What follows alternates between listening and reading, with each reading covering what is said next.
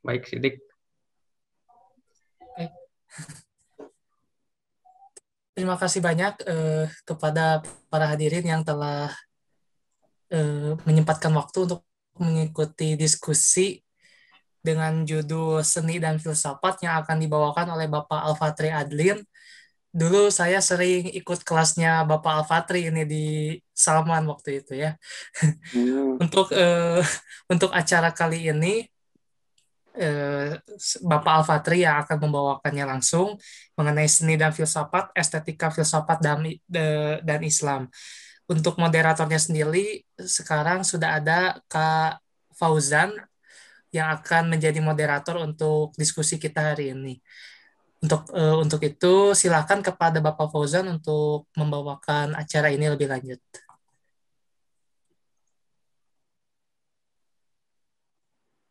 Baik, Assalamualaikum warahmatullahi wabarakatuh. Waalaikumsalam. Mohon maaf, tidak bisa on cam ya, sinyalnya agak Ya. kurang ini. Iya, Baik.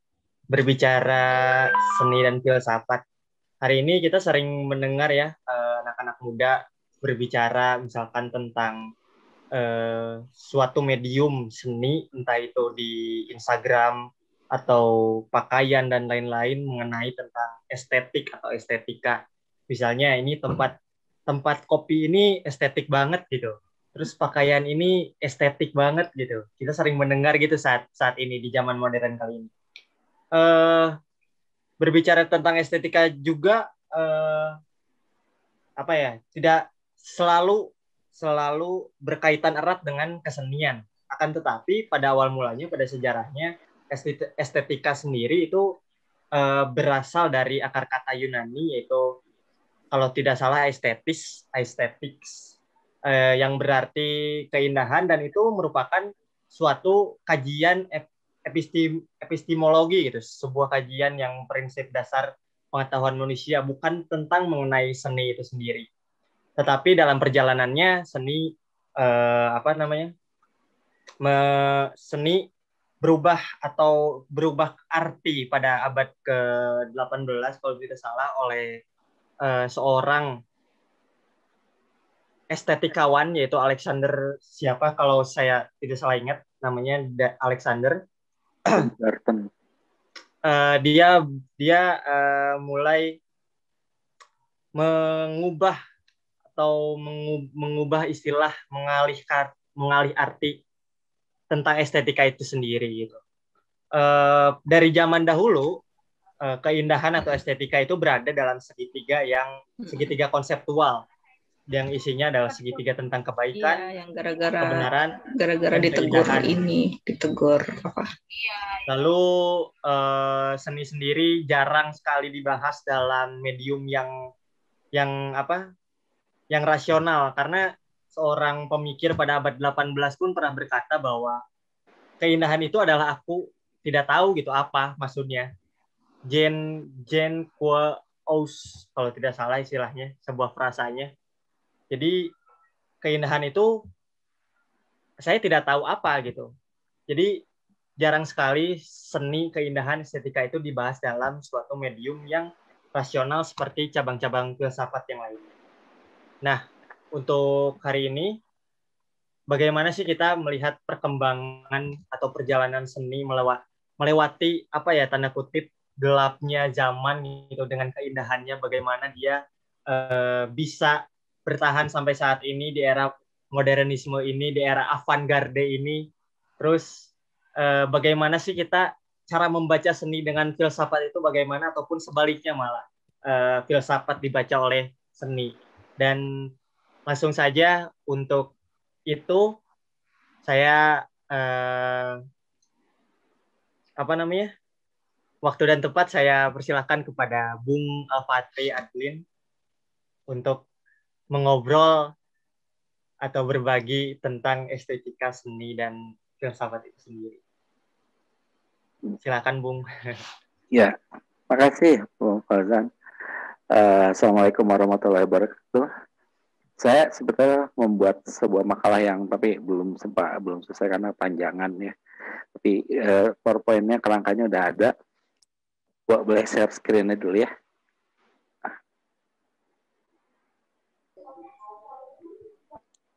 Kelihatan? Udah kelihatan belum? Ada Pak. Ya, kelihatan. Ada Pak. ya.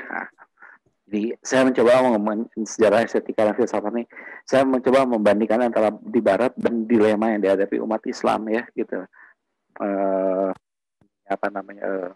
Dalam melihat perkembangan ini.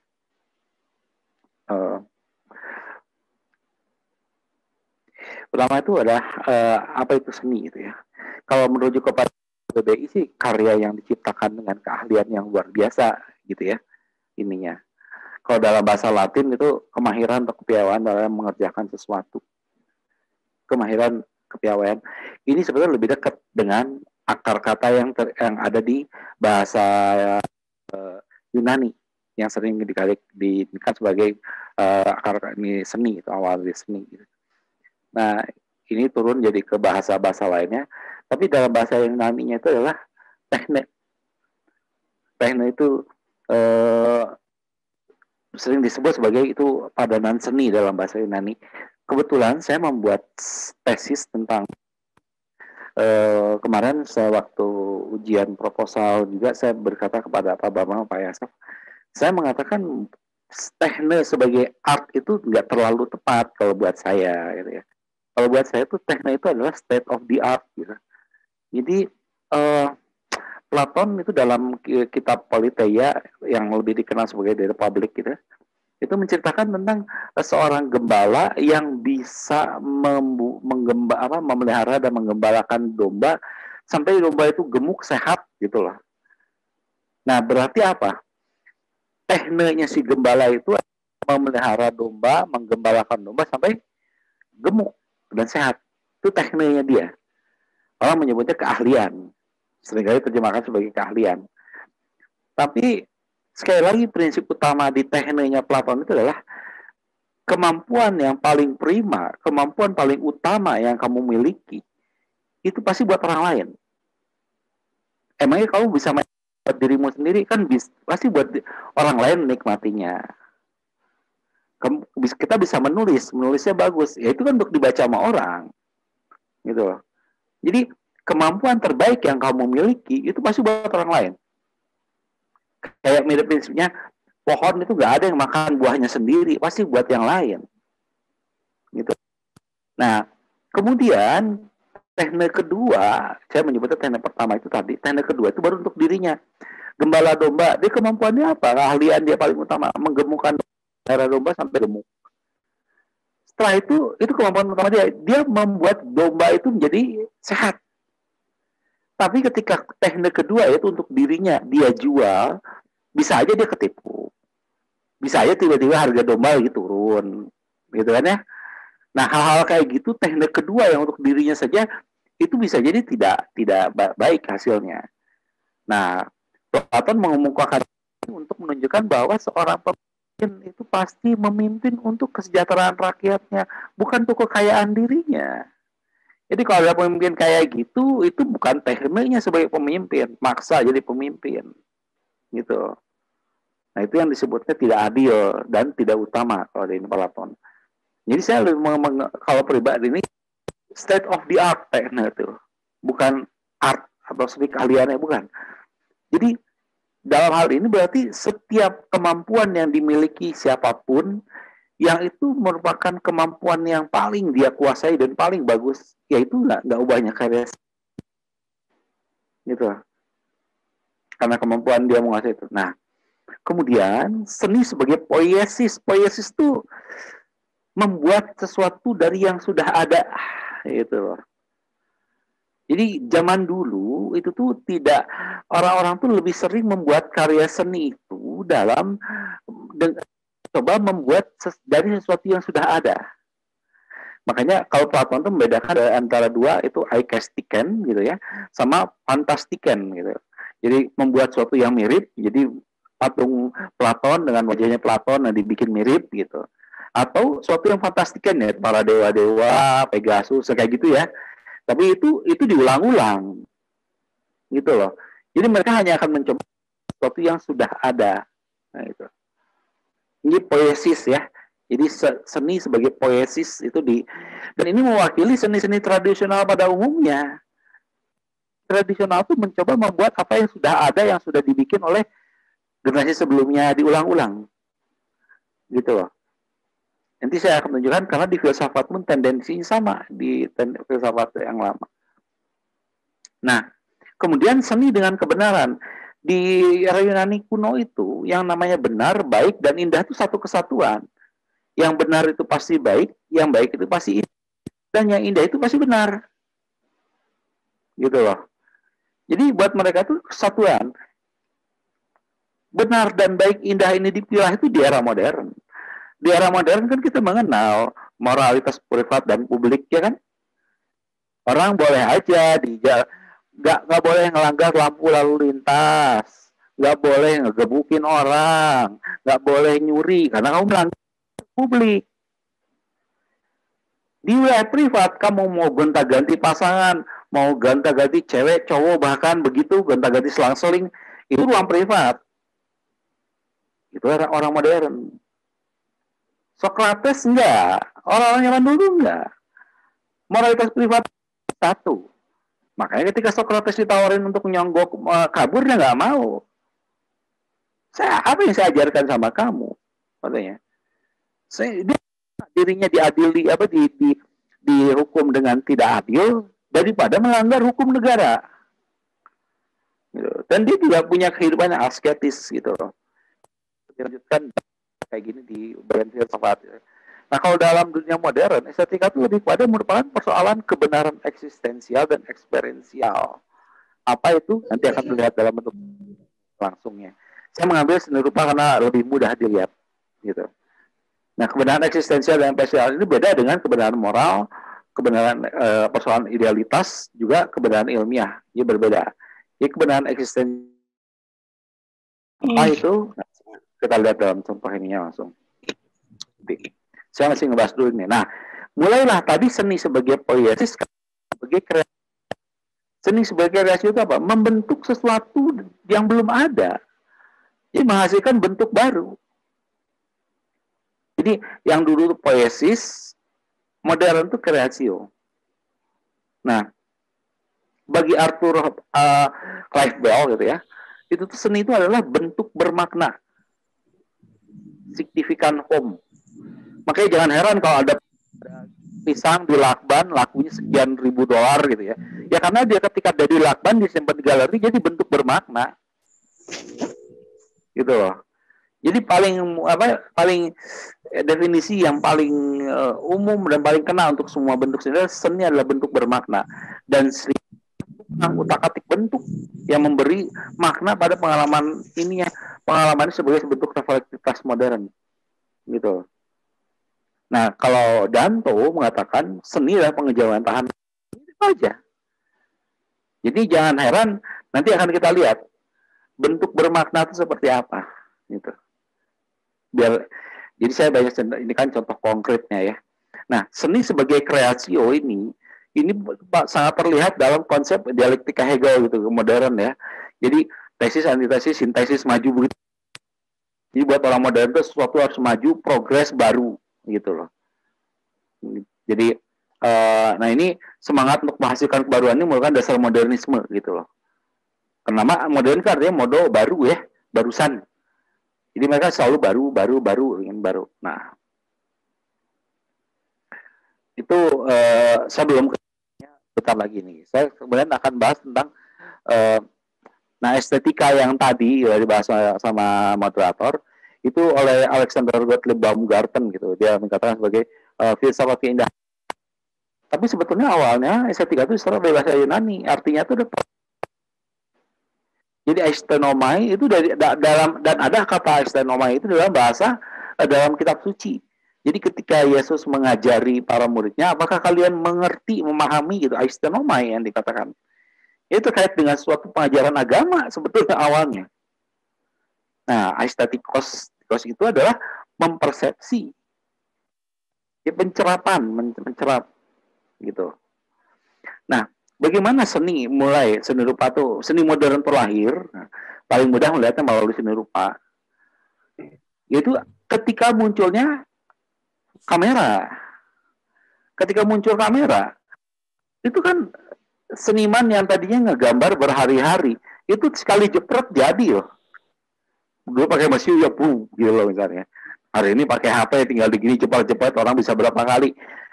Kamera itu membuat seniman tuh jadi ngapain gambar susah-susah mirip-mirip kalau kamera bisa menggantikan dan bahkan lebih mirip ya gitu loh. Maksudnya pasti presisi nggak, kecuali kesalahan teknis, kesalahan goyang atau apa, tapi kalau baik bagus hasilnya. Nah seniman kan mulai mempertanyakan lantas apa yang perlu saya lakukan, maka di seniman dipertanyakan apa yang bisa kamu perbuat, maka mereka melahirkan namanya impresionisme. Yang mereka gambar tuh kesan. Jadi kalau ini yang sebelah kiri ini. Jadi yang mereka gambarkan tuh kesan. Jadi ngegambar jam 9 pagi sama jam 12 siang sampai jam 3 sore beda karena cahaya juga beda. Cahaya matahari. Jadi yang dikesan yang dilukiskan tuh gambar cahayanya apa? Kesan cahayanya kalau udah sore agak lebih redup ya. Tapi kesan ya. Bentuk enggak penting. Bentuknya apakah harus naturalis yang enggak?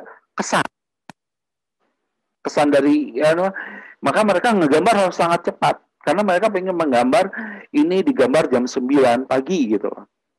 Nah kesannya jam 9 pagi begini nih, tapi kesan. Jadi jangan harapkan ada bentuk-bentuk yang seperti zaman dulu ya, seniman-seniman zaman dulu gitu. Nah kalau ekspresionisme itu yang Van Gogh itu dia memberi nyawa pada setiap benda yang jadi garis-garis ini tuh hidup ya. Jadi kayak gunung atau menara kastil ini pun digaris begini ini seperti hidup gitu loh. Jadi kalau Anda melihat gambar-gambar yang Van Gogh itu dia memberi nyawa pada bahkan lantai yang pun dengan goresan-goresan seperti hidup gitu loh. Jadi seperti yang dia gambarkan itu adalah ekspresi dia dalam melihat sesuatu dia gambarkan itu. Nah, ekspresionisme. Kelihatan kan ya? Impresionisme, ketika ada seniman sudah membuat impresionisme dilampaui oleh ekspresionisme.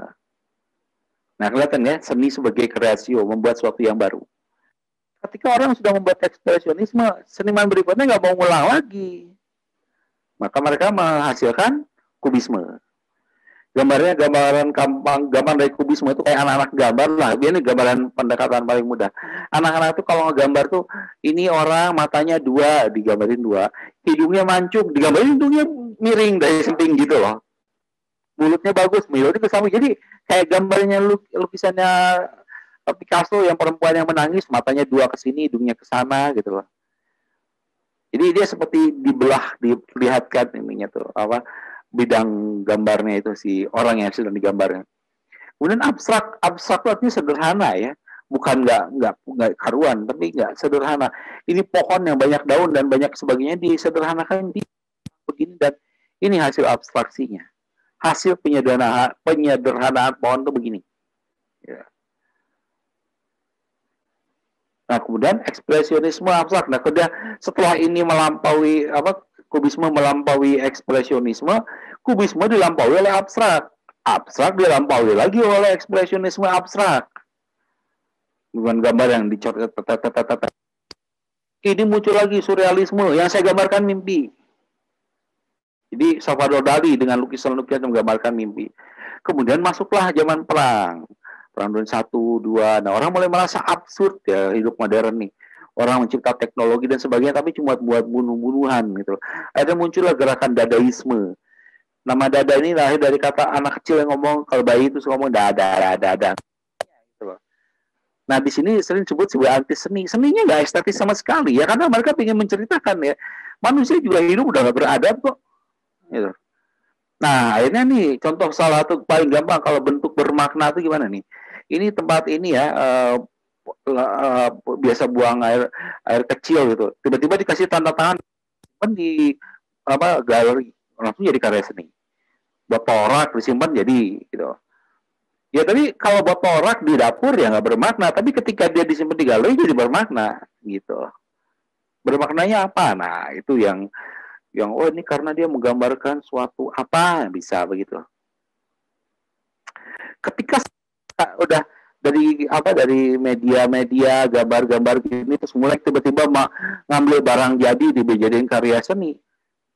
Apa dong yang untuk melampaui ini? Ini harus dilampaui dong, karena sebagai kreasio, pembuatan yang baru yang belum ada.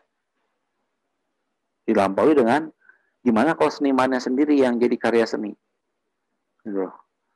Maka si patungnya dibikin, nah si senimannya ini yang di galeri dia, gitu. Ini karya seninya si senimannya itu sendiri. Wah kalau kayak gitu, apa yang belum diinikan ya? Kalau si senimannya sendiri yang menjadi karya seni, gimana kalau peristiwa pembuatan karya seninya itu yang jadi seni? Maka ada kanvas digelar, yang tidak berpakaian berguling-guling dengan dilumuri cat sambil diiringi musik. Nah, peristiwanya itu sendiri seni dan ini hasil dari sebuah peristiwa seni. Oh, kalau udah peristiwa apa yang belum ya? Orang udah, peristiwa udah. Gimana kalau galerinya, ruangannya itu sendiri yang seni? Dikasih belang begini, bisa orang masuk apa gitu ya? Iya, ini ruang yang ini ya. Ruang di mana kamu mencari-cari karya seni, itulah seninya. Gimana kalau kayak gitu? Kemudian Andy Warhol dengan gambar warna-warna ngepop barang-barang yang sehari-hari dibuat dijajarin kayak begini gitu. Tiba-tiba jadi karya seni. Gitu loh. Nah, kalau udah kayak gini, apa yang kira-kira belum ya gitu. Gimana kalau si seniman tidak mencoba mengekspresikan dirinya sama sekali dalam karyanya? Namanya minimalisme. Dia nggak mengekspresikan apa, bentuk otaknya dia bikin begini aja. Justru seninya adalah karena si seniman tidak mengekspresikan apapun. Oh, kalau kayak itu gimana? Muncullah seni konseptual. Kalau udah sampai kayak gitu, gimana kalau kotoran seniman sendiri yang jadi seni? Nah ini perjalanan modern tuh baru akhirnya terjadi perjalanan seperti ini. Tadinya dari karena krisis dalam ini apa? Tadinya foto ya.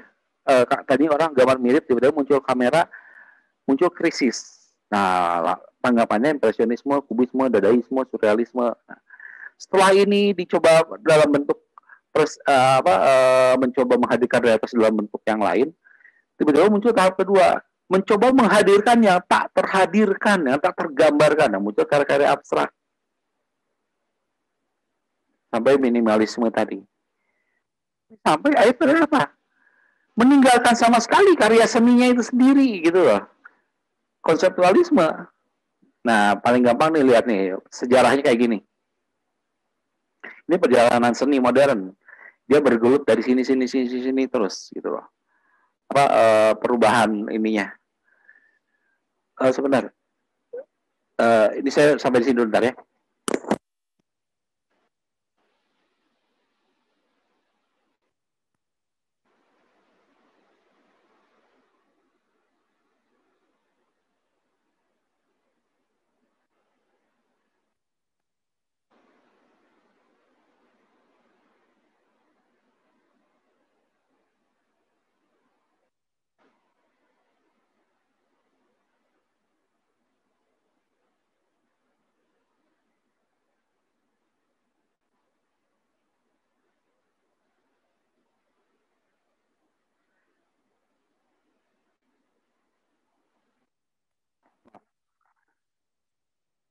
Ya. Sampai ini akhir dari perjalanan seni modern ya. Ini ringkasannya seperti ini gitu loh. Nah, karena udah seperti ini, kira-kira Islam harus mengikuti pola begini atau gimana? Apakah ini adalah suatu pola yang harus diikuti oleh semua jenis seni di seluruh dunia? Ini kan sama pertanyaannya juga dan filsafat nanti. Saya ingin lihat nih, kalau kan yang ingin ditampilkan dalam seni rupa barat ini, modern terutama itu menghasilkan suatu yang menghadirkan yang sublim. Lihat di sini. Mereka mencoba menghadirkan kalau ketika fotografi bisa menghasilkan gambar apa adanya, mereka mencoba menghadirkan sesuatu yang tidak bisa dihasilkan oleh fotografi tadi. Akhirnya mereka sampai kepada sesuatu mencoba sesuatu yang sublim. Nah, yang sublim itu akhirnya ya puncaknya memang seni untuk seni tadi ya. Penjelajahan mereka. Dan ini bentuknya nih, perubahannya seperti ini. Saya dapat kartun bagus ini ya, sejarah seni seperti ini. Sementara dalam Islam itu yang sublim itu adalah Kanzun Mahdi. Jadi sesuatu yang coba dihadirkan. Kalau kata Rasulullah tuh kan ada dalam hadisnya, kalau kita akan melihat Allah seperti melihat bulan. Kenapa saya menggambarkan kayak gini? Karena Allah tuh seperti ada asmanya, af'al dan sifat. Itu yang bisa manusia kenali, dilihat. Tapi Allah yang sebagai zat itu nggak bisa tersentuh. Nah itu bulan itu kalau kita lihat di dalam dalam orang-orang astronomi, itu tuh memang wajah bulan tuh yang nampak ke bumi itu selalu wajahnya itu aja. Kalau dalam albumnya Pink Floyd itu Dark Side of the Moon gitu ya, itu aja wajahnya kelihatan gitu. Ada wajahnya nggak kelihatan. Nah jadi kalau misalnya kita melihat Allah seperti melihat bulan, ya wajah bulannya cuma yang kelihatan itu aja kok. Berarti ya asma af'al dan sifatnya Allah Ta'ala saja, zatnya nggak ada yang bisa menyentuhnya gitu. Karena Rasulullah juga mengatakan bahwa dia adalah yang paling bodoh ihwal zat Tuhanku gitu. Nah itu jadi gambaran. Nah, itu yang sublim yang ingin dihadirkan dalam ini Islam tuh. Nah sementara berbeda dengan ini kalau kita ngelihat ya tentang kebenaran eksistensial tadi. Dalam seni berupa barat dan seni-seni barat pada umumnya, yang dicobakan itu eksistensial dalam arti absurditas, kegamangan, kesuraman hidup gitu loh. Itu yang sering diangkat dalam seni gitu loh. Jadi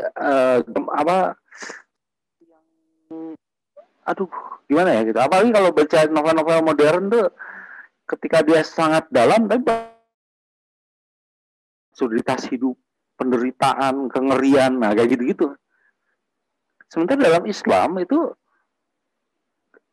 dalam Al-Quran juga ada kata-kata orang yang oleh abang kata maholak tahazabatila yang nggak ada yang sia-sia kok. Pasti ada sebuah tujuan gitu loh. Pasti ada suatu kebenaran di balik apapun gitu. Jadi mau susah senang itu semata sapaan ilahi yang harus disyukuri. Nah ini kan suatu hal yang berbeda. Suatu hal yang berbeda bahwa dalam Islam itu pandangannya terhadap Tuhan itu sedemikian positif dan akhirnya berdampak terhadap hidup. Pertanyaan saya, apakah seni Islam yang kayak gini harus diubah menjadi gamang dan absurd seperti Barat? Gitu? Itu Barat terjadi karena mereka mengalami sekularisasi seperti yang akan saya bahas berikutnya nanti. Gitu. Mereka ada suatu fase di mana terjadi benturan para agama dengan nalar. Gitu. Terjadilah hal yang hari ini kita lihat kenal sebagai sekularisme. Nah, itu gambaran tentang Kanzun Mahfi di sini. Kedua di sini adalah tentang kebenaran eksistensial. Islam nggak begitu, gitu.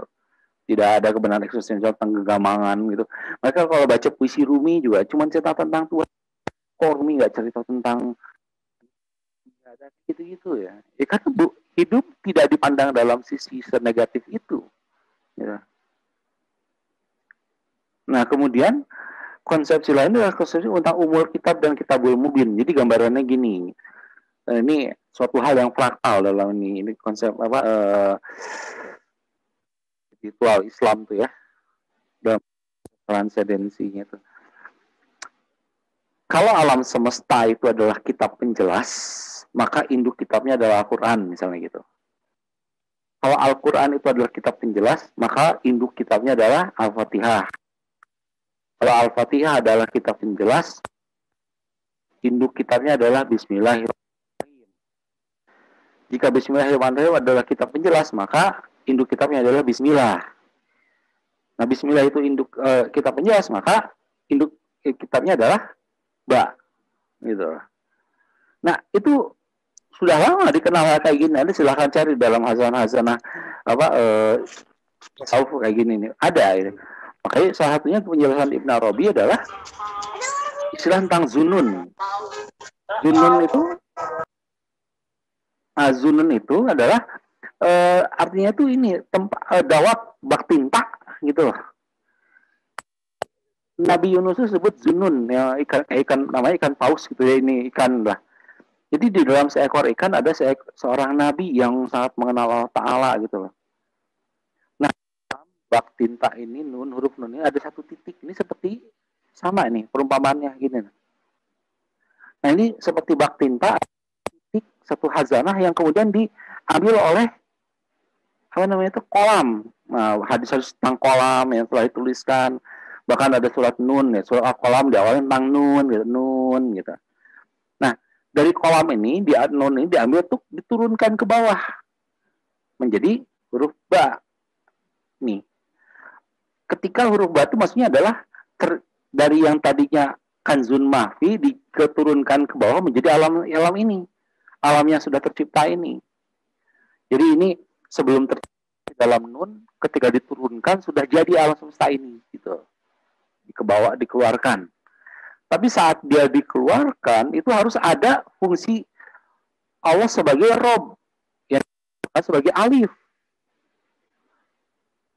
Tapi coba lihat penulisan Bismillahirrahmanirrahim itu kan mau nyalahi ini ya, ba alif nih, ikro bismi robika nih, ba alif sin mim.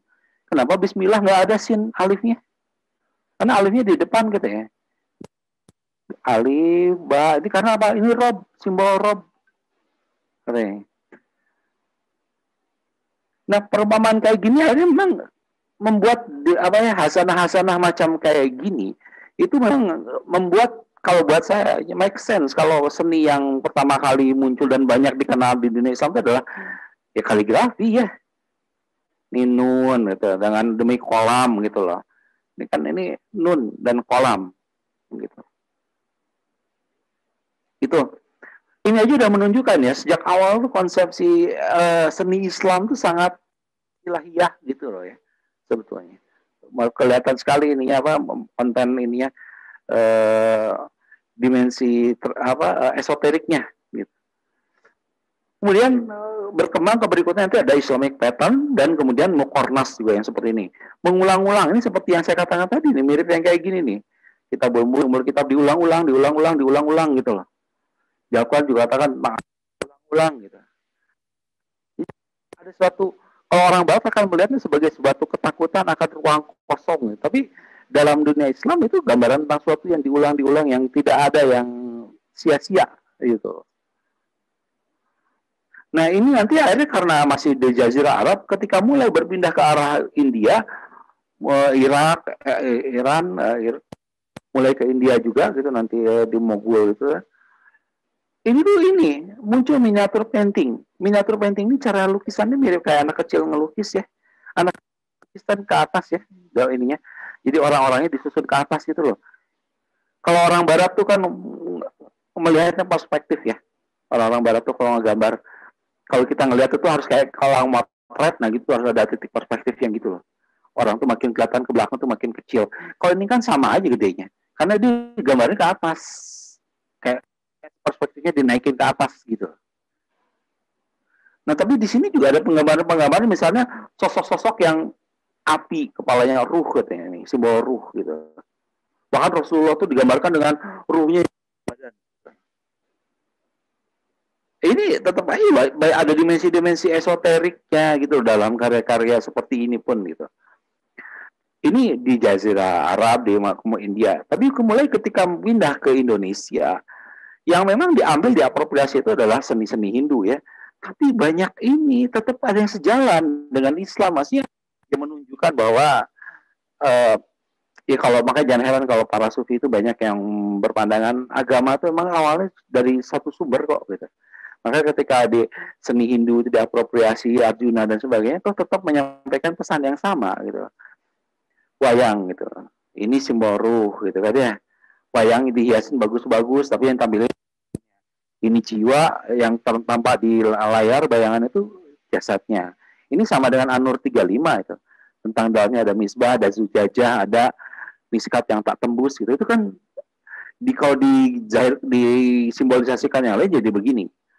Terus wayang-wayang yang baik tangannya seperti ini, alif, lam, ha gitu. Allah gitu. Kalau yang satria itu hidungnya ke bawah, karena tawadu, matanya cuma satu karena yang dicari hanya Allah Ta'ala. Sementara yang raksasa, yang buta, matanya dua. Kenapa? Ya pingin hijrah tapi pingin nikahin cewek idaman, pingin nikah tapi pingin terkenal, pingin hijrah tapi pingin terkenal juga, pingin hijrah tapi siapa tahu dapat teman bisnis, siapa tahu bisa tukang selingkuh kalau kata Rumi itu. Jadi tujuan hijrahnya nggak satu, nggak cuma menuju Allah Ta'ala tapi punya tujuan lain gitu. Nah, itu disimbolkan sebagai raksasa-raksasa yang punya mata dua gitu. itu ininya apa? Lebaran ininya. Nah, kemudian itu juga muncul dalam motif-motif di kain-kainnya kalau di Indonesia tuh. Misal kalau kayak kain tadi, kain paku itu di Minang juga salah satu model yang sangat dominan ini. Paku itu ya kalau lagi muda tuh ngegelung ke dalam, tapi kalau udah tua dia keluar. Jadi waktu muda ini timbang ke dalam, setelah mengenal dirimu barulah kamu bergerak keluar. Jangan ngakimin orang dulu, lihat dulu dalam diri. Kalau udah benar baru boleh lihat keluar. Jadi itu paku. Terus kemudian merak sebagai simbol dari penciptaan ya, apa mata air yang mengalir dari situ penciptaan misalnya. Jadi dalam banyak motif-motif. Kalau di seni modern kan bentuk-bentuk kayak gini tuh diambil karena indah, bukan karena dia punya makna transenden, punya makna esoterik. Nah itu karena di seni modern kan bentuk diambil hanya jadi bentuk bermakna yang aspek agama dan sebagainya dibuang karena itu tadi ada masalah sekularisme tadi. Ya pertanyaannya apakah Islam akan dibawa ke sana gitu? Karena kita kata melihat itu kita harus niru itu. Nah itu pertanyaan saya, apakah begitu? Yang ini, karena tendensinya banyak anak muda dari tahun ke tahun kan kayak gitu.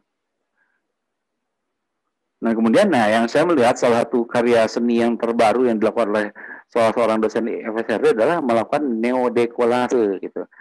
Dia membuat karya lukis dulu, dan itu dia kerik, dia lepas, terus dia bakar, dia pukul-pukul, dia tempel-tempel lagi gitu. Itu menunjukkan perjalanan manusia. Oh, gimana maksudnya? Saya mau nge-share video dulu bentar ya. Coba.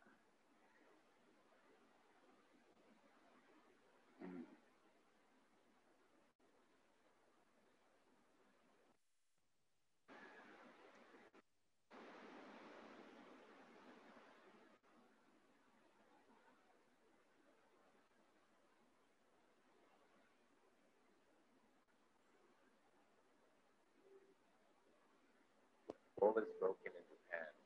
It's put back together with the cracks being filled with gold, creating a beautiful line. This is to emphasize the beauty in what was once broken. They believe that when something has suffered history, it makes it more beautiful. The same goes for human beings.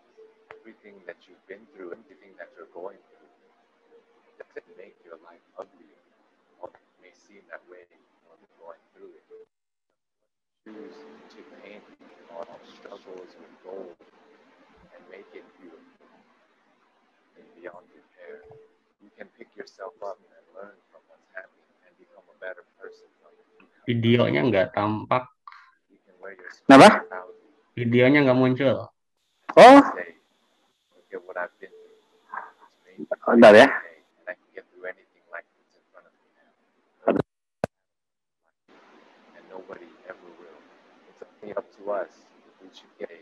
Bentar ya, saya ulang lagi ntar. Oh, udah nggak kelihatan videonya ya.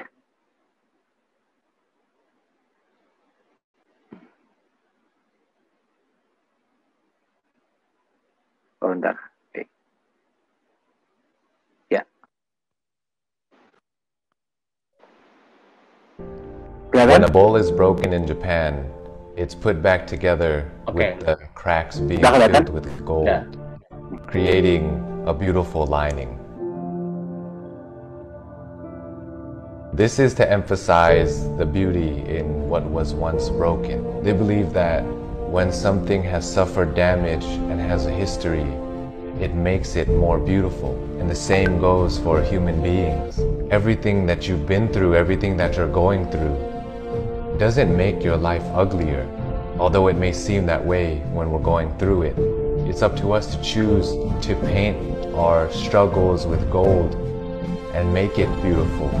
You are not broken beyond repair. You can pick yourself up and learn from what's happened and become a better person from it because of the struggle that you've been through. You can wear your scars proudly as a badge of honor, as if to say, look at what I've been through. It's made me who I am today, and I can get through anything life puts in front of me now. Nobody has had a perfect life. and nobody ever will. It's only up to us if we choose to paint our broken pieces gold and make it beautiful. Don't be ashamed of what's happened to you. Everything that has happened to you has happened to you for a reason. So the more we deny, the more we complain and don't accept what's happened to us, then it doesn't become useful. The moment that we accept and find what's useful in the struggle, the things that we've been through, that's just like us painting the cracks in our broken pieces gold, turning something that could be ugly into something beautiful and inspiring. When what you have been through is inspiration for other people, then it was all worth it. So don't get stuck on how things used to be. I once heard a quote that said, "Every next level of your life will demand a new you." And sometimes it takes being broken in order to become that new version of yourself. So if you're going through hard times, I hope this video can help you or somebody that you love. My name is Sean Buranahiran. Sawasdee krap.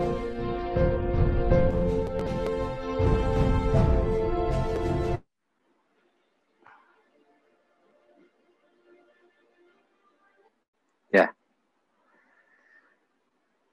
itu apa namanya, gambaran dari ya, bisa menggambarkan slide ini ya, dah. Jadi gambaran karya ini tuh penggambaran tentang perjalanan manusia yang seperti tadi, setelah dirusak digabung lagi gitu. Itu kan sebenarnya prinsip banyak kalau Anda pelajari tentang ajaran-ajaran agama tentang orang tuh jatuh bangun di cepat, jangan lama putus, cepat bangun gitu. Sementara dalam karya-karya modern tuh kesedihan tuh begitu dieksplor gitu sampai tahap yang ngilu gitu. Dan seperti tanpa tujuan gitu. Dulu kalau baca-baca novel modern tuh ya, sering, bukan kadang, sering ngilu. Itu seni. Ya pertanyaannya, dalam kondisi seni Islam yang seperti ini, gitu, dihadapkan dengan seni Barat yang seperti tadi, gimana caranya? Saya melihat kadang bisa melakukan suatu apa namanya ya, pemodifikasi yang baik tanpa mengorbankan konten, gitu loh. Itu menarik buat saya, salah satu upaya kontemporer gitu. Ketimbang harus manut ke konsep seni Barat, karena itu sering terjadi juga dalam konsep filsafat yang terpisahkan pembahasannya.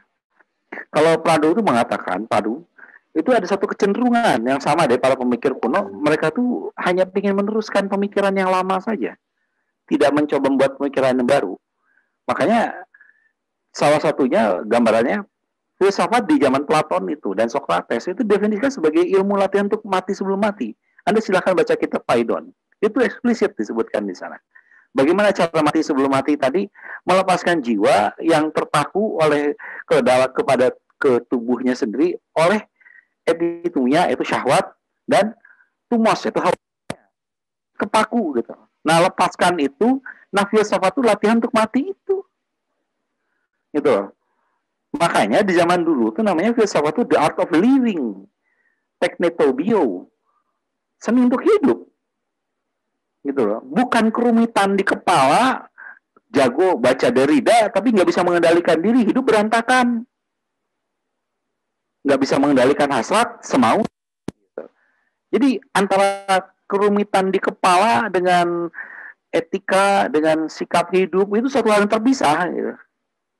Itu enggak, zaman dulu Socrates dan Plato kan, ya kalau kamu bisa berpikir cerdas, bisa belajar filsafat, itu untuk belajar mati dan hidup yang punya suatu panduan gitu loh. Itu makanya teknetobio istilahnya dulu tuh, sebagai art of living. Ya. Nah kemudian filsafat berubah menjadi filosofi ancilla theologiae, pelayan teologi di era-era ketika agama Kristen muncul, mulai menguat sampai akhirnya ke abad pertengahan. Ketika abad pertengahan terjadi benturan antara agama dengan ini apa ya, tuntutan untuk berpikir bebas tadi, akhirnya terjadi titik balik sekularisme. Kemudian agama disingkirkan, dipojokkan. Sejak itu agama dan ilmu terpilah. Ya, di dunia Barat maupun di dunia Kristen tuh jadi susah untuk menyatu. Maka muncullah cogito ergo sum dengan filsafat untuk meragukan dan sapere aude, berani berpikir. Kalau akan mengatakan bahwa agama itu untuk keluar dari sekarang ada pencerahan itu membuat orang tuh keluar dari Auklerung tuh dari kekanak-kanakannya. Nah, tapi di masa ini belum ada ini ya, pemilahan. Jadi yang namanya filsafat itu masih filsafat alam dengan filsafat moral. Makanya buku Newton ini bukan buku sains matematik, tapi filosofia naturalis. Bukunya Adam Smith adalah Theory of Moral Sentiment. Ini filsafat moral. Yang hari ini kita kenal sebagai humaniora itu filsafat moral. Yang hari ini kita kenal sebagai sains itu dulu filsafat alam.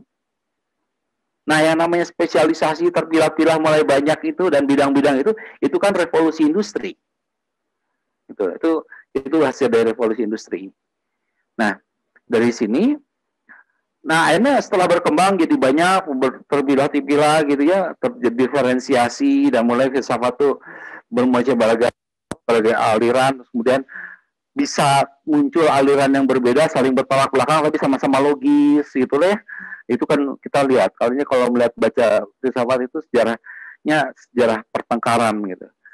Maka menurut saya dulu dan Gatal itu menyimpulkan dengan enak ya, bagus buat saya itu. Ketika dia mengatakan jadi filsafat itu apa? Seni mencipta konsep. Orang punya asumsi dasar yang berbeda-beda. Misalnya paling gampang di ilmu sosial, perubahan itu dimungkinkan karena agen atau struktur. Nah, kalau kamu berpikir bahwa yang memungkinkan perubahan itu karena agen, teori di atas pandangan asumsi dasar tentang bahwa agen yang menentukan perubahan. Maka jadi sebuah teori. Oh enggak, karena struktur yang memungkinkan. Maka bangunlah teori di atas ini. Sama-sama logis tapi bisa bertolak belakang. Ya karena dibangun di atas asumsi dasar yang berbeda. Jadi memang seni mencipta konsep pada akhirnya. Gitu. Nah, hal lain ini selain sekuler tadi, di abad ke-18 terjadi apa yang namanya the great chain of being hilang. Great chain of being itu apa? Realitas yang hierarkis itu hilang. Jadi flat saja, gitu loh. Pandangan tentang alam itu jadi flat. Jadi nggak usah mikir bahwa setelah mati nanti kita tuh akan ada alam kubur, alam apa itu dibuang, itu udah dihilangkan. Ini saya menjalan dikit lagi ya. Kemudian pandangan esensialis dan ateologis. Manusia tuh nggak punya inti apapun kok. Nggak ada yang namanya bahwa jiwa itu semuanya bentukan dan hidupnya nggak ada tujuan gitu. Nah, kemudian pandangan macam begini itu disebarkan ke berbagai dunia melalui penjajahan karena adanya white man burden, bahwa orang kulit putih merasa dirinya memiliki beban untuk memperadabkan bangsa-bangsa di luarnya. Maka kolonialisme buat mereka itu sebuah tujuan mulia. Itu glory and gospel gitu tadi ya, yang sering kita kenal waktu di sekolah. Tapi buat mereka tuh tujuannya mulia untuk memperadabkan. Nah, karena kebetulan negara-negara yang dijajah ini juga lagi mundur, umat Islam lagi mundur gitu ya. Mereka lihat wah ada bangsa yang maju ya, kenapa mereka bisa maju gitu. Maka terjadilah mulai ya. Padahal umat Islam kan tidak mengalami sekularisme seperti yang terjadi di Eropa karena nggak punya suatu lembaga agama yang terpusat yang ketika itu menjadi sedemikian korup dihantam rontok gitu loh. Islam kan nggak begitu ya, nggak punya ajaran yang besar ini ya, berbagai mazhab-mazhab banyak. Nah, makanya kalau kata Ernest Gellner dan Akbar Samet, Islam tuh sampai abad 20 satu negara agama yang tidak mengalami sekularisasi seperti agama-agama lain. Ya kalau kita umat Islam lah ngerti lah, maksudnya umat Islam tuh fikihnya tentang apa ya, Pak? Masuk kamar mandi kaki kiri ada, keluar kaki kanan, lepasin baju kiri dulu, pakai baju kanan dulu. Sampai waktu campur ada fikihnya. Lagi sholat sendirian di tengah malam juga ada ininya. Sampai semua diatur gitu ya. Agama yang sangat mengatur, legalistik gitu ya.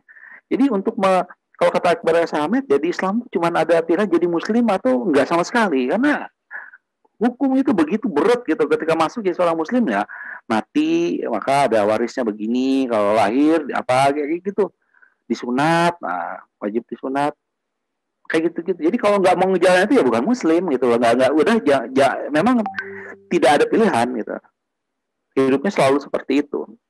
Nah, maka akhirnya yang dihadapi oleh umat muslim sekarang itu adalah mereka ngebet sama sekularisme gitu, atau mereka mengalami skizofrenia kultural. Skizofrenia kultural ini adalah anak ITB belajar kecepatan cahaya 300.000 km per detik. Oke. Selesai ke Salman, terus Salman ngikutin cara Isra Mi'raj, ada perjalanan lintas alam, ya pasti di atas kecepatan cahaya. Ya si fisikawannya nunggu dulu di luar masjid gitu loh. Nanti selesai khotbah, ini acara ngabung lagi gitu. Atau belajar ekonomi tentang perbankan, ada tentang sistem bunga. Nanti pas khotbah Jumat, riba itu haram gitu. Iya juga gitu. Tidak mencoba memisah, tapi nggak tahu juga cara ngegabunginnya gitu. Makanya salah satu yang paling sering terjadi di kalangan umat muslim terpelajar, anak-anak mudanya, yang mereka lakukan itu adalah menjadikan Islam itu pelayan bagi wacana-wacana teoretik barat. Gitu. Ya, karena mereka baru puber, mereka senang, dan mereka, oh ini, kan kalau kata Heidegger, manusia itu mengalami faktisitas ya. Jadi seperti dilihat ya, makanya dalam Islam itu kan kita bisa lihat, manusia itu kan sebenarnya terjatuh, seperti kata Heidegger. Gitu. Jadi Islam lebih sering mengalami menjadi pelayan bagi wacana-wacana teoretik barat. Bukan nggak boleh, saya juga belajar seperti itu. Cuman saya pribadi saya tidak mengambil cara seperti itu. Gitu. Saya tidak cara mengambil bahwa seolah wacana-wacana teoretik di sana itu adalah sebuah wahana untuk merevisi Islam gitu lah. Itu mah cuma menjadikan Islam keset kalau buat saya jadi. Itu permasalahannya yang saya lihat. Jadi saya hanya memberikan sebuah lontaran masalah, tidak memberi solusi. Jadi demikian, karena waktunya mesti ini ya, jam berapa batasnya? Dan ini ada waktu kan untuk tanya jawab ya. Demikian saya tutup aja dulu. Kan? Assalamualaikum warahmatullahi wabarakatuh. Waalaikumsalam warahmatullahi wabarakatuh. Terima kasih Bung Fatri, keren banget bahasannya tentang seni filsafat estetika dan tadi tentang Islam itu sendiri gitu. Sekarang ada sesi tanya jawab ya teman-teman. Boleh untuk 3 orang bisa langsung tulis namanya aja dulu di kolom chat atau memakai reaction angkat tangan jika ada yang ingin bertanya.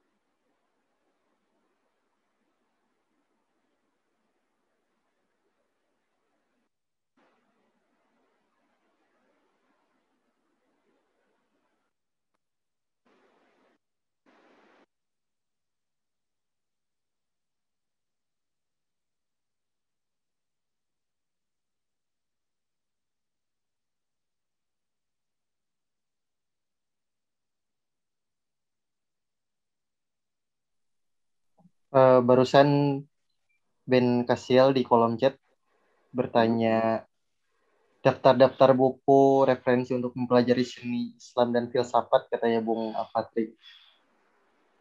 Oh, kalau itu banyak ya, tapi yang paling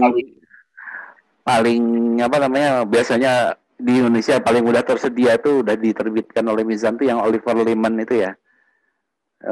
Ada bukunya, saya nggak tahu apakah masih diterbitkan sama Mizan ya gitu.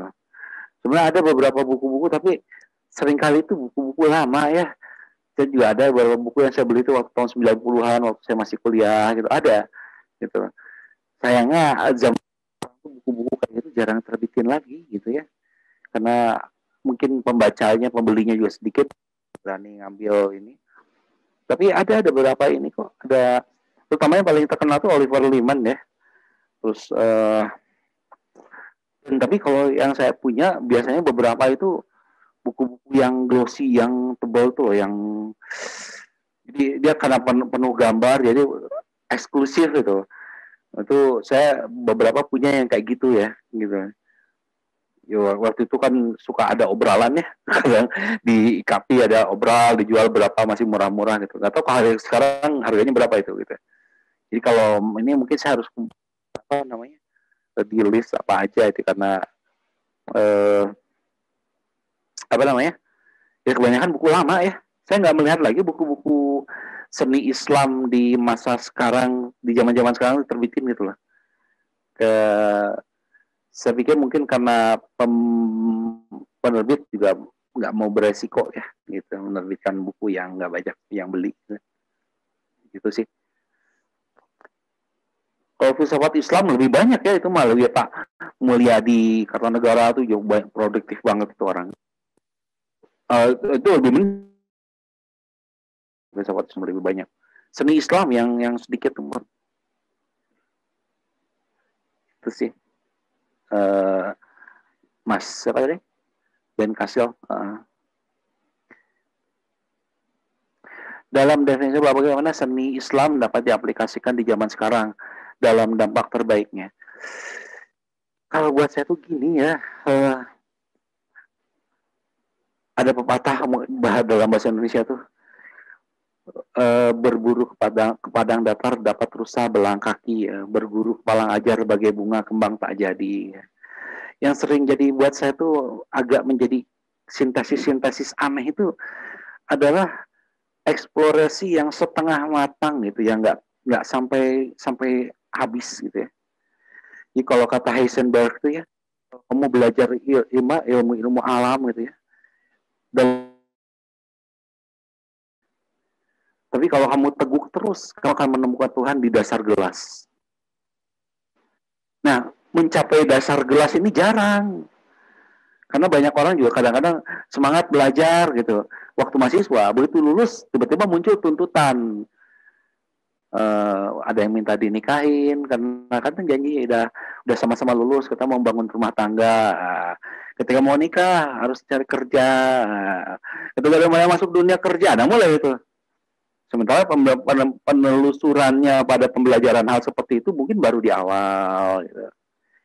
Jadi kayak gini tuh akhirnya seringkali menghasilkan pemikiran-pemikiran yang labrak sana labrak sini liar gitu ya, karena tidak kalau di awal-awal sih saya sendiri ngalamin. Saya juga waktu tahun pertama di ITB kuliah gara-gara ngegambar bunga, terus ada kupu-kupu, saya ngelihat apa berdasar saya percaya ini ciptaan Tuhan. Dari hal seperti itu saya sampai jatuh pada kesimpulan ada. Saya juga terjatuh pada hal seperti itu, gitu. Sampai kemudian setelah sekian jatuh bangun akhirnya saya percaya bahwa Tuhan ada, tapi agama itu cuma ciptaan manusia untuk kepentingan melanggengkan kepentingan publik, kepentingan sendiri lah, kepentingan politik, kepentingan ininya lah, kekuasaan. Dosa itu archetype. Saya juga sampai di sana. Tapi ya terus sampai akhirnya berdamai menemukan sampai hari sekarang.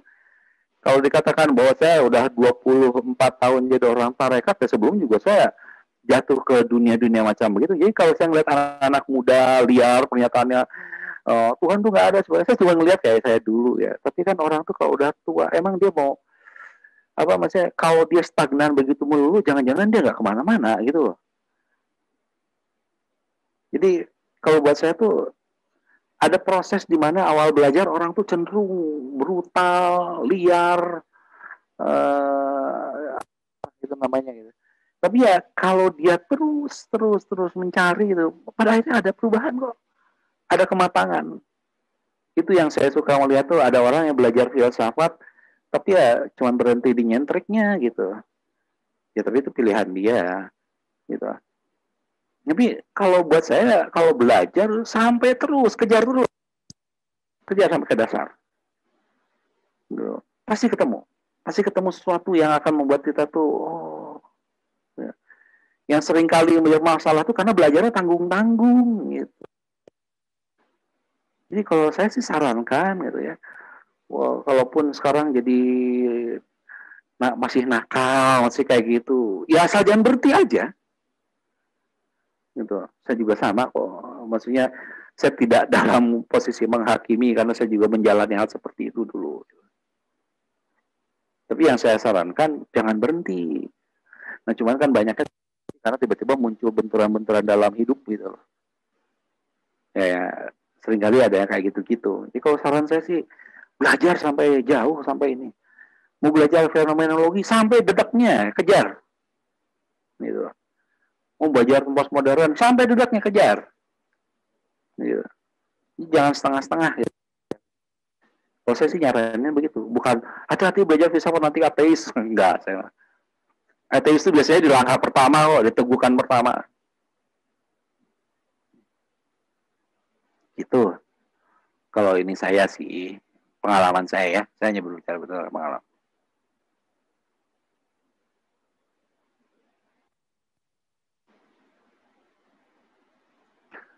Saya ingin tanya, apa sikap yang harus dilakukan oleh umat Islam saat ini ketika harus mengiyakan dua hal yang berseberangan? Misal mahasiswa ekonomi yang belajar bang, tapi dia sebut ini riba, atau ketika mahasiswa biologi, banyak. Iya itu belajar, itu mbak, sama saran saya. Jadi belajar biologi itu sampai ke dedeknya, gitu ya. Karena ilmu biologi itu nggak mungkin tanpa evolusi loh. Kalau evolusi dicabut, hancur. Gimana coba? Nah, berarti kan harus belajar sampai ke bawah tuh, ada apa tuh sampai kejar terus. Dan kalau orang benar-benar yang pengen dicarinya kebenaran ketemu kok. Tapi kalau yang dicarinya cuma pengen ketenaran, ya lain hal ya. Medsosnya nggak. Orang yang trik-trikan biar terkenal, gitu, biar banyak follower, nggak kemana-mana ya, sayang. Jadi kalau buat saya kejar ilmu perbankan tadi bingungan ini Islam ini kejar dulu. Maka kalau saran saya mah belajar terus, jangan sampai berhenti. Yang sering kali bermasalah itu belajar setengah matang. Di salah satu episode SpongeBob ada sebuah statement menarik, dia bilang seni akan bernilai jual tinggi kalau pembuatnya sudah lama mati. Yaitu kapitalisme lah ya. Biasanya kayak gitu. Seniman-seniman barat juga banyak yang menolak hal seperti itu. Tapi pada kenyataannya kapitalisme itu ini ya terlalu perkasa gitu loh. Bahkan ketika orang bikin tadinya pengen seni untuk seni gitu. Jadi hanya pengen membuat seni itu, karya seni itu untuk mengembangkan nilai estetik itu sendiri gitu. Suatu kebaruan, suatu yang akhirnya pisang dilakbani gitu. Tapi ada yang mau beli $1,000. Kan pada kenyataan di situ seniman nggak berdaya apa ketika ada orang gila mau beli. Oh, sistem kapitalisme dalam hal ini kapitalisme itu punya peranan sebetulnya. Jadi nggak murni gara-gara dia mati. Ada hal-hal kayak gitu juga sih.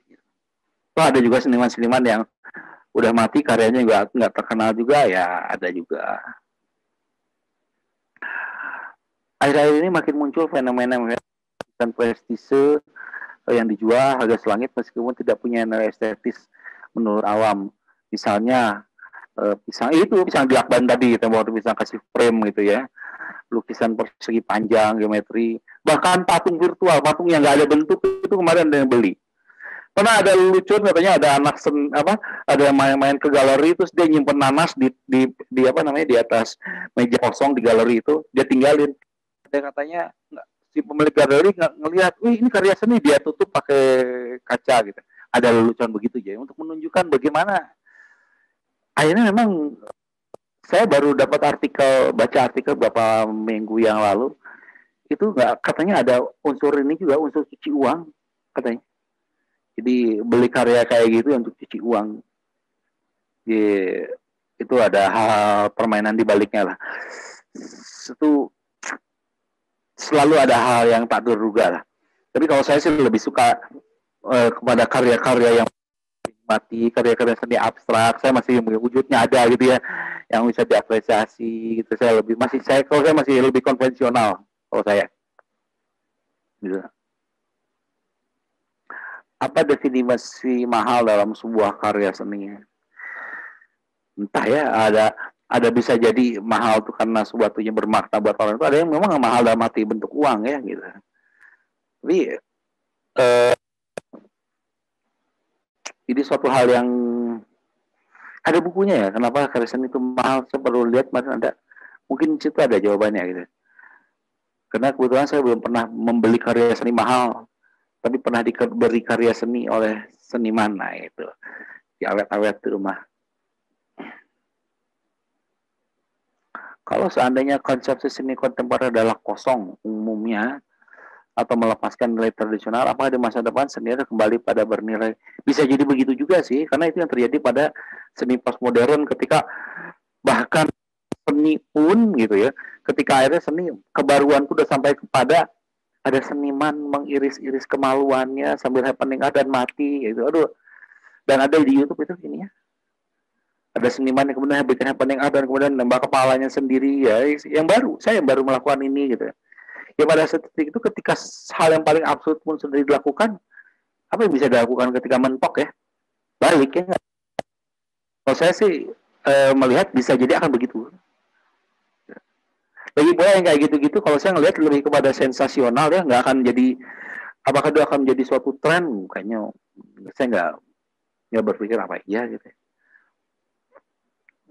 Mungkin tuh kejutan-kejutan, kebaruan-kebaruan, tapi ya tidak menjadi suatu aliran gitu. Yang setiap kali performan dia bunuh diri gitu. Itu hanya suatu anomali ya, gitu, anomali mungkin lebih tepatnya gitu.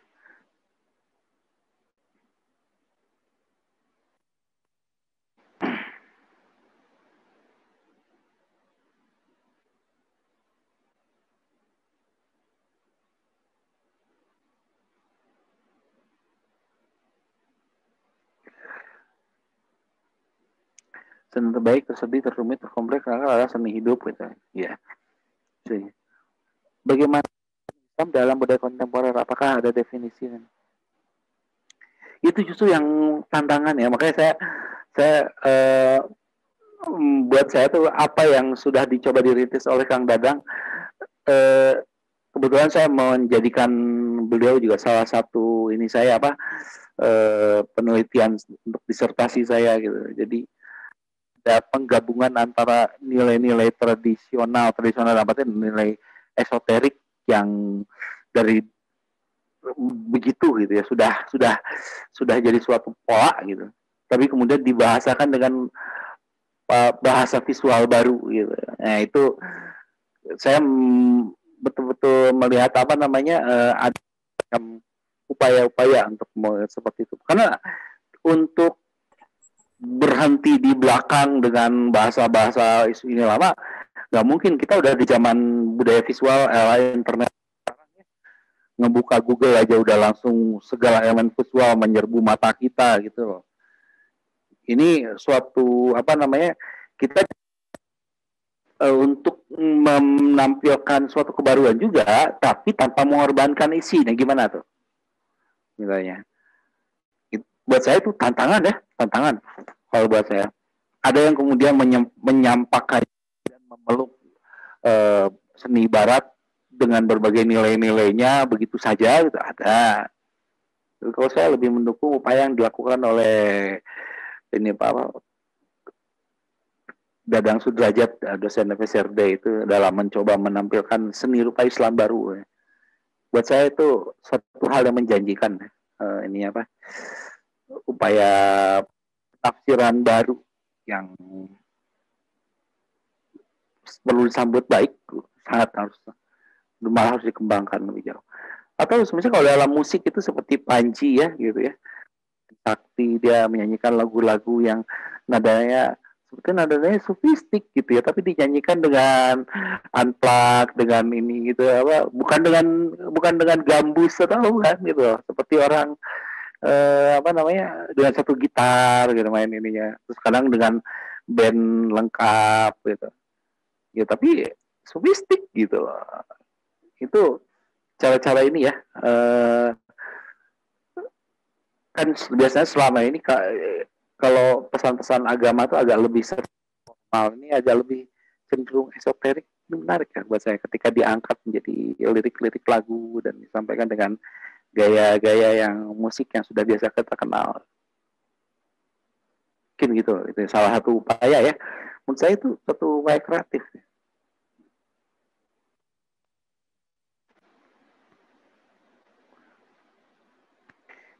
Oh iya, seni Alvar Liman, terus Valery Gonzalez, Beauty and Islam, Nasr. Oh, nah ya, Nasr juga ada bukunya tuh. Pernah terjemahan juga ke Islam bukunya Nasr. Terus Hamdi Salat, Agama Seni. Ya. Ismail Jafargi ya, saya punya tuh bukunya tuh. Itu buku lama, nggak tahu masih ada apa nggak tuh. Ismail Haji Al-Faruqi. Sendiri gelar terhadap seni bagaimana? Ya itu tadi kan avant-garde itu tuh sebetulnya kan jadi gini ya. Nih saya coba lihat gambaran dulu. Awalnya ilmu dan seni itu tuh dikembangkan demi human interest untuk pengenalan diri di era Yunani itu. Jadi maka kita jangan heran kalau mengenal mikrokosmos, makrokosmos. Jadi ketika manusia mencoba mempelajari sesuatu, dia melihat dalam yang dia pelajari itu sesuatu dari dirinya. Jadi selalu begitu, bolak-balik. Jadi akhirnya pembelajaran dia terhadap apapun itu adalah pembelajaran dia untuk mengenal dirinya. Makanya jangan heran kalau di Yunani itu ada genotisya, kenali diri, kenali dirimu. Namun muncul ontologi gitu loh ya, tentang keinginan orang untuk melihat realitas itu apa adanya, yang kemudian itu akan menjadi bibit-bibit sains modern. Mulailah ilmu dikembangkan untuk ilmu, seni dikembangkan untuk seni. Apa hubungannya dengan manusia? Nggak ada. Saya menciptakan sebuah karya seni, dia menciptakan avant-garde. Terus apa pentingnya buat kamu untuk pengenalan dirimu? Nggak ada, itu suatu hal yang dalam tanda petik objektif terpisah gitu loh. Nah, ketika sudah terpisah seperti itu, ternyata ilmu-ilmu yang dikembangkan tadi itu punya aspek pragmatis, yaitu bisa dikembangkan untuk menciptakan suatu teknologi baru, mengembangkan nilai-nilai ekonomi, industri. Akhirnya ketika tahap berikutnya ilmu dikembangkan, kalau tadi ilmu untuk ilmu, seni untuk seni, sekarang ilmu dan seni untuk sejauh menguntungkan ekonomi. Inilah hari ini kita. Maka jangan heran kalau kampus-kampus pun, kementerian pun, kampus bikinnya dekat wilayah industri, biar kalau KP-nya langsung ke industri. Jadi pendidikan itu untuk industri. Maksudnya, anti begini maksud saya. Hari ini tuh orang bukan lagi belajar ilmu komputer, tapi ilmu pakai komputer. Gitu loh. Orang nggak lagi belajar desain, tapi orang nggak belajar ilmu ngerjain proyek desain. Nah, semua pendidikan tinggi arahnya kayak gitu. Jadi setelah di awal itu pengenalan diri, kemudian itu tadi, nah sekarang seni avant-garde gitu. Itu kan juga lahir dari seni untuk seni tadi. Kalau saya sih lebih dekat ke saya kan tesis juga tentang Platon, dan saya juga mempelajari jadi seorang orang tarekat juga. Saya sih ilmu dan seni itu ya untuk human interest kok, untuk pengenalan diri kita. Sesuatu yang terkait dengan manusia itu apa gunanya, apa fungsinya buat kita. Ya. Kalau saya sih itu. Tapi kan sekali lagi tiap orang punya pendapat masing-masing. Karena apa? Karena begini-begini. Ya, dalam hal ini saya tidak sedang mengatakan harusnya. Saya memilih yang begitu.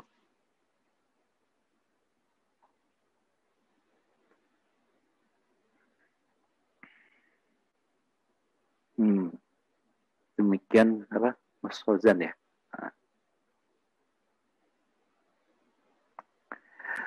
Mungkin ini masih ada pertanyaan lagi?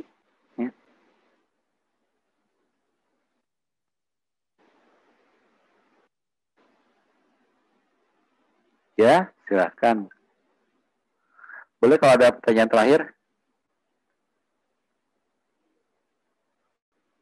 Oh, dari Sitik, silakan.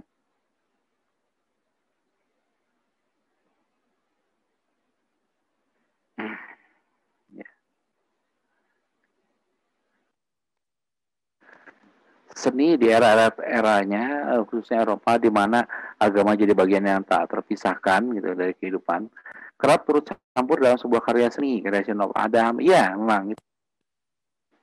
Machiavelli, Dante, gitu. Nah, walaupun ini lukisan menghujatnya, apakah memang agama juga turut memonopoli karya seni dan seni dan estetika atau agama dan institusional yang membuat manusia tidak merdeka dalam atau bagaimana. Ya itu kan memang terjadi. Itu tidak bisa tutup mata, itu memang terjadi di Eropa. Tapi kan gini, yang dulu di Eropa itu kan memang lebih cenderung terpusat terjadinya gitu loh. Sehingga ada suatu dominasi besar gitu terhadap semua kehidupan beragama umat saat itu, sampai misalnya muncul gerakan-gerakan Islam kan tidak mengenal suatu lembaga terpusat yang mengatur seluruh umat Islam, enggak. Makanya banyak sekali aliran-alirannya gitu. Nah, apakah ada agama tuh mengatur? Ada, tentu dalam ada. Nah, tapi apakah semua begitu? Nah, maksudnya kita bisa melihat ekspresi-ekspresi yang lebih tidak kaku itu misalnya contoh ya, seni-seni yang di kalangan para sufi, silahkan cek sendiri. Itu kan mereka sangat memang sangat ilahiyah, tapi tidak dogmatis yang kaku seperti itu, enggak juga, gitu loh. Nah, orang kan seringkali hanya karena ada satu wah ini agama begini, maka agama menyingkir seluruhnya, gitu loh. Ya nggak begitu kan, pukul rata, potong semua, cabut sampai akar-akarnya, nggak begitu juga. Seolah seluruhnya bermasalah gitu. Sama lah, kalau kayak gitu kan sama aja kelakuannya kayak orang-orang yang mengatakan jangan belajar filsafat nanti ateis. Ya. Itu haram dan sebagainya, sama aja kelakuannya. Yang di sana mengharamkan filsafat, yang di sini mengharamkan agama, sama aja jadinya. Gitu. Nah kalau saya sih lebih menyarankan gini aja ya, kalau memang ada masalah dengan agama ya tuntaskan dengan apa? Ya kalau sekarang masih punya keraguan dan sebagainya ya, kalau saran saya belajar. Kadang orang malas belajar agama karena sakit hati atau karena pingin bebas, hanya pingin bebas aja. Pingin bebas maksudnya saya mau ngapain terserah. Nah itu yang saya katakan tadi. Menguasai Derrida, menguasai Heidegger dan sebagainya, rumit, pikirannya kompleks, tapi nggak bisa mengendalikan diri. Gitu. Jadinya antara pikiran dengan kelakuan dua hal yang terpisah gitu loh. Kerumitan di pikirannya tidak mampu membuat dirinya mengendalikan dirinya. Nah, hanya kerumitan di kepalanya jangan-jangan malah jadi penyakit gitu. Jadi apa? Enggak itulah. Tapi ya kalau saya sih lebih menyarankan fase-fase pemberontakan itu saya alami juga. Cuman kalau kayak gitu-gitu tuh kan yang sering bermasalah tuh karena orang nggak menuntaskannya. Keburu kebentur banyak masalah lain dalam kehidupannya gitu. Itu aja sih kalau pendapat saya berdasarkan yang saya alami sendiri juga. Itu karena udah pertanyaan terakhir kata Mas Fauzan tadi. Ya. Baik Bung, keren banget tadi dari pertanyaan-pertanyaannya dari Bung Sidik, terus dari Bung Ben dan lain-lainnya. Banyak membuka sisi-sisi baru gitu, pengetahuan-pengetahuan baru tentang seni yang jarang sekali gitu dibahas dalam medium yang rasional seperti cabang filsafat yang lain. Dan hari ini kita bisa mengobrol tentang hal itu. Juga tadi Bung Alfatri pun menyinggung bahwa seni atau estetika itu ya lahirnya adalah fitrahnya adalah untuk mengenali diri sendiri gitu. Bahkan sejak lahirnya pun dari zaman Plato sampai zamannya Kant, sebuah ilmu untuk pengenalan indrawi itu, penyerapan indrawi untuk mengenali diri sendiri. Itu berarti saya mau menyimpulkan sendiri aja kalau kita semua itu adalah seniman juga gitu. Terus ada sedikit yang saya ingat, seorang pernah berkata jika tadi yang disebutkan di PowerPoint atau di kolom presentasi bahwa ada tentang segitiga konseptual yang isinya adalah kebenaran, kebaikan, dan keindahan. Jika kebenaran diolah menjadi kebaikan, ya hasilnya adalah keindahan gitu. Baik, itu dari saya. Mungkin silakan Bung Sidik sebagai host untuk menutup jalannya ngobrol-ngobrol kali ini. Baik, terima kasih kepada Kang Fauzan yang telah membawakan diskusi ini. Terima kasih juga kepada Bapak Al-Fatih Adlin yang telah memberikan pencerahan tentang seni dan filsafat arena diskusi ini untuk waktu ini. Pada seluruh peserta yang telah hadir di diskusi ini juga terima kasih banyak yang telah meluangkan waktunya. Jangan kapok, semoga nanti ada diskusi lagi untuk bisa hadir ya di sini. Mungkin karena waktu sudah menunjukkan 9:05, saya akhiri saja mungkinnya. Terima kasih kepada semuanya yang telah hadir dalam diskusi ini. Assalamualaikum warahmatullahi wabarakatuh. Waalaikumsalam warahmatullahi wabarakatuh.